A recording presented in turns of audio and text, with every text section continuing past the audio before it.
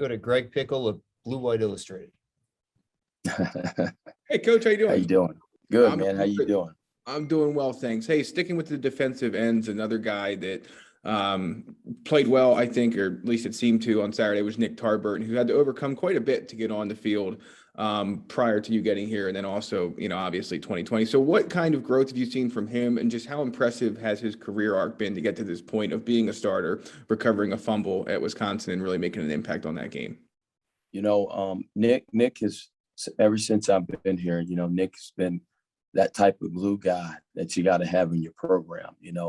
My hat's off to Andy Mutton and his staff, and Dwight Galt and his staff on getting Nick healthy and getting him strong where he's feeling good.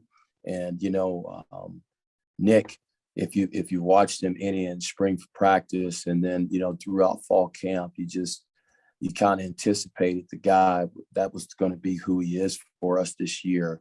How physical he was.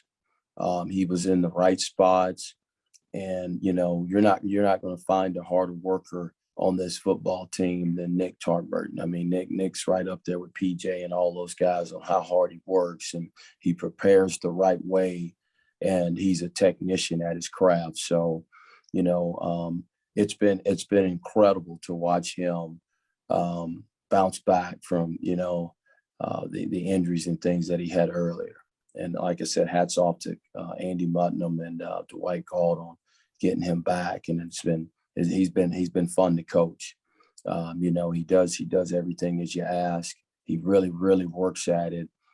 He provides leadership, on our football team with how he practices and conducts business. And like you said, I mean, think about it. He had some big plays in the game with the fumble recovery, and he almost had an interception as well. And just, the motor plays that he makes, tackling guys and stuff like that. I mean, he's had a great impact, but it's been incredible and great to see him bounce back.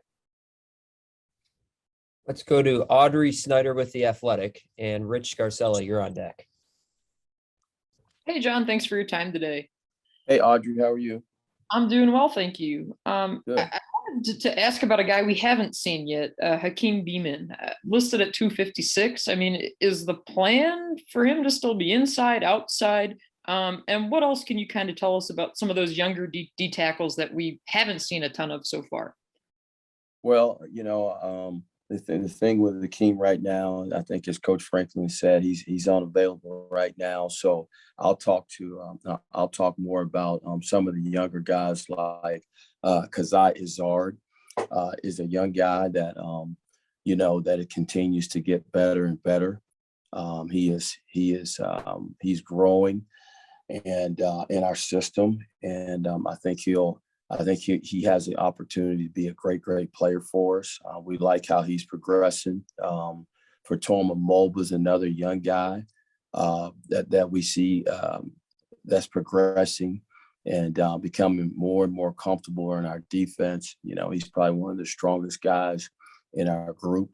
And, like we do, Audrey, this is a long season. We're going to need all those guys to continue to grow and develop, because at some point, during the season, you're going to have to count on those guys for heavy minutes or a bigger role, because that's just the nature of playing in the Big Ten and playing Power 5 football.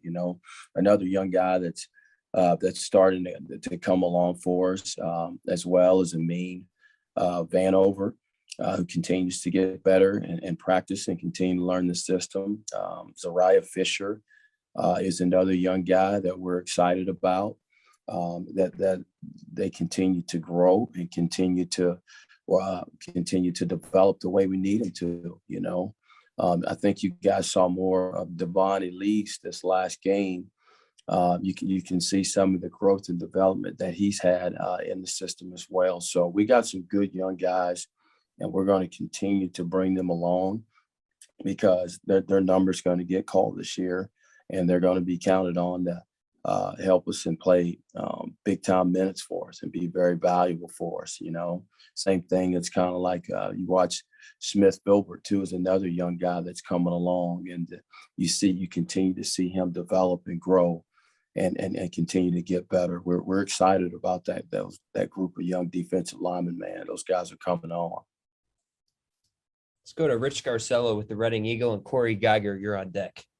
Good morning, John. How are you today? Good morning. Good morning. How are you, man? I'm all right, thank you. John, Jesse Luketa, how would you assess his play Saturday at end? How much work did he get at end in camp? And how hard is it to juggle those two positions? Well, I would say this about Jesse, man. He is a heck of a football player. I think Jesse is extremely intelligent to be able to do what he did on Saturday. To play defensive end. A lot of people don't realize the technical deals that goes with that position with eyes and footwork, and then be able to flip a switch and go back and play Mike linebacker where your eyes are different, your techniques are different, and then you're doing different things within each of the plays at those different positions, man. You got to be number one, a super talented football player, but number two, extremely smart. And I think you guys saw Jesse Luketa play the game Saturday at both positions on a high level. So I'm super impressed with him. And, I've coached in the NFL, and I haven't seen many guys in the NFL be able to flip a switch like that. And so it's extremely impressive. Jesse has put the work in. He practiced for us at that position in fall camp at DN and, at linebacker. So he's got work doing it. So when it happened on Saturday, he was ready to go. And, but to me, it's been super, super impressive watching that young man be able to do that. That's special. You don't see that often. Let's go to Corey Geiger with DK Pittsburgh Sports, and Donnie, you're on deck. Hey, good morning, John. Penn State has always been able to rotate a lot of guys in on the line, keep everybody fresh. What's your confidence level of being able to do that right now and not have much drop off? And how long might it end up taking as the season goes on to be fully confident in bringing a lot of guys in and out? Okay, I think I got the gist of that. It kind of like went in and out. So if I'm not answering a specific part of the question, just hit me again, because you kind of went in and out. I think I know what you're asking, but Penn State has always rolled guys. They've been always blessed here with a plethora of defensive linemen. And, one of the things I do like to roll guys. I think as we continue to go on and on through the season, I think you'll see more guys continue to roll more and more. And that's kind of how it is a little bit when you got a younger group of defensive linemen behind them. You got to continue to make sure they're ready. And we talked in our room and on this team about, earning the coach's trust by showing it in practice. When you have your opportunity in the game, showing it in the game, and those guys are earning our trust, which allows us to roll and feel comfortable playing more guys at key moments in the game. So we will continue to build that. And these guys are out here working their tails off. So I think as we go along, you'll see a whole plethora of guys rolling in and out, because we want to have that ability. And I think with today's college football, you have to be able to roll enough guys and keep guys fresh. Did that answer your question? Yes, indeed. Thank you. Okay, thank you. Let's go to Donnie Collins, and Mark Brennan, you're on deck. Morning, John. Good morning. How are you? How much better can Arnold get? How is this just the tip of the iceberg for him? And in what ways do you think he could really improve as the season progresses?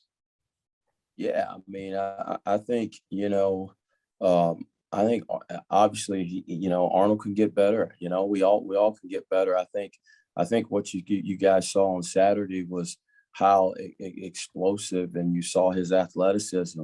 But, there's always things that we can work on. There's things that we could be better at with our technique, or we could be a little bit better with our eyes. And I think as he continues to get comfortable with what we're doing on defense, and, that your technique, you get really comfortable with your technique, and you have that athleticism, then I think you can really see this guy just, continue to skyrocket the way he is. But he is doing a really, really good job, man. He's doing a really good job. He's a good learner.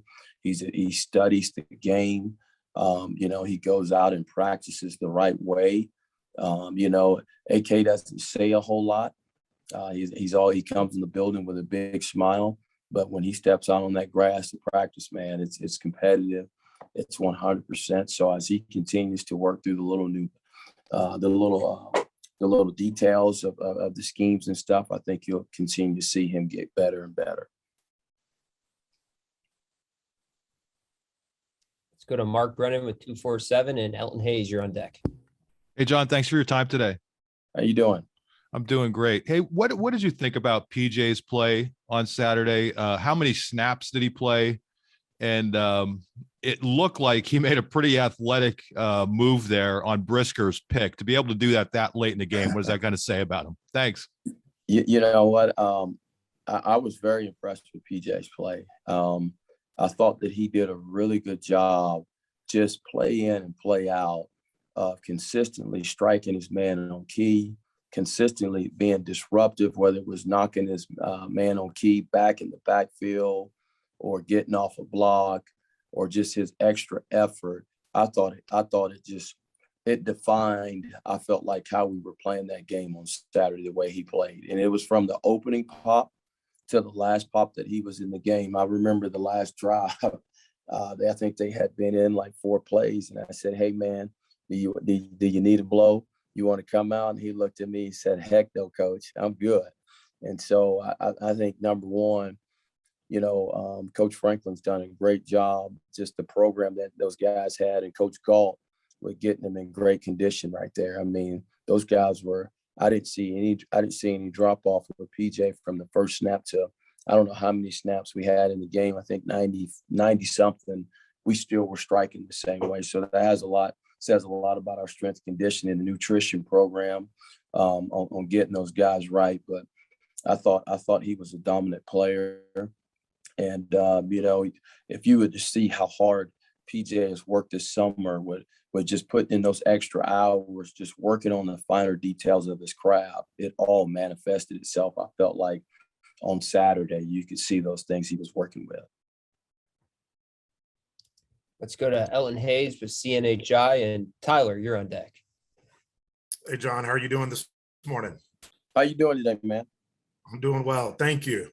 Hey, realize that you're in your second year here, Coach, and Saturday is going to be your first time at Beaver Stadium with like full crowds, the full Beaver Stadium Penn State experience. Besides an obvious win, what are some things that you're looking forward and you're expecting? Well, it's crazy. It's crazy that we're actually saying that, but you're right. So I'm like the rookies. I have no idea how it works out, or getting off the bus and walking through the tunnel and all that kind of stuff. I have no idea. So I'm excited.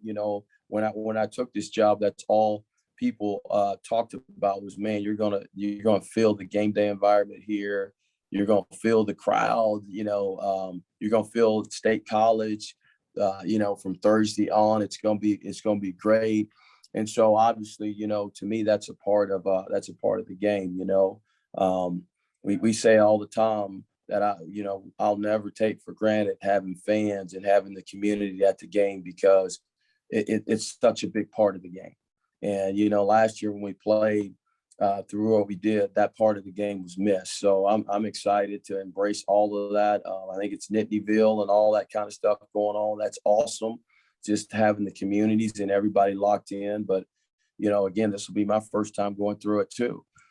So I'm looking forward to it. I know our players are looking forward to it. They're appreciative of having the fans back in the stands, and riding the blue buses over to the stadium and getting ready to go and compete in front of a packed house. So I'm excited. I'm excited about this opportunity for our guys, and newbies like myself. I'm excited to experience that. We got time for a few more. We'll go to Tyler Donahue with Lions 247, and Dave, you're on deck. Hi, John. Great to hear from you this morning. How you doing this morning, man? Doing great. Thank you. Thank you. If I could circle back to Jesse Lucchetta, can you kind of go back to those earliest conversations during the offseason when it got serious that the staff was going to use him in this way and he was going to embrace that? What were the challenges? What were the natural fits? And why did it make sense for all parties involved? Well, I mean, Coach Pry and those guys that, kind of talked with Jesse earlier just to see where he was at. And we had a conversation. And, we're always about getting your best players on the field. And, Jesse would always come down and work with myself, Coach Barnes, and get pass rush. And, we noticed that this guy could really rush off the edge, and he was quick. And, he looked a lot like the DNs that we had. And, he was all for whatever helped the team. And so when you get a guy with that kind of attitude, that's open to do whatever is good for the team, and he has the skill set to play both positions, to me, it was a no-brainer. So he jumped all the way in and learned the position and learned how we do things at DN while working hard at linebacker as well. So, I mean, he just brings all that value. And if you know Jesse Lucchetta, he's one of the most competitive people. I spoke earlier about how intelligent the young man is. I mean, it just all worked well. We've been very fortunate that worked out. But man, we were super excited about what he does and what he brings to the table. And when you got guys like Jesse and Brisker and PJ and Castro Fields and guys like that, Ellis Brooks leading your defense that are your hardest workers, and that are intelligent players like they are, man, it just trickles downhill. So, Jesse was all in. He jumped all in. He's just been so unselfish, and I couldn't be more impressed with his attitude and how hard he works at it. Very proud of you. I was very proud of him, and he can do some special things for us this year. And we'll close things up with Dave Eckert, Blue White Illustrated. Hey, John, how you doing? You're great. How are you? Doing good, thanks. I wanted to ask you about your other transfer there on the defensive line, Derek Tangelo. Just curious what you thought of his game on Saturday and what his next steps are. Yeah, I mean, I thought Congo came in and did a nice job for us. Really solid in the run game, and he just brings he's another calming force. A guy that's played a lot of football. He's been through the fire down in the ACC, and he just brings a calmness. He's a very business-like approach. He works hard at it, and man, it's been great having him because he provides good leadership as well. And I thought he had a very, very solid game, his first game in a Penn State uniform. And again, as he continues to get more and more comfortable with what we're doing on defense, I could see him just continue to keep trending upwards. But overall, it was a good first game for him. All right. Appreciate you, Coach Scott, and appreciate everybody joining us today.